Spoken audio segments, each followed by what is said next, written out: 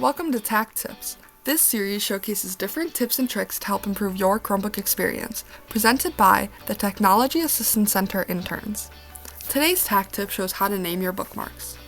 First, find a bookmark you'd want to rename. I'm going to rename Google Classroom. Then, tap your touchpad with 2 fingers. Once this drop-down menu appears, click Edit. I'm going to delete my name, and you can rename it whatever you'd like. I'm going to put no name on it and click Save. As you can see, my bookmark bar updated and now just the icon for Google Classroom shows up. This can keep your bookmark bar from becoming too crowded and allow you to have more bookmarks to stay on top of your assignments. Thanks for watching. Keep your eyes out for more TAC tips from your TAC crew.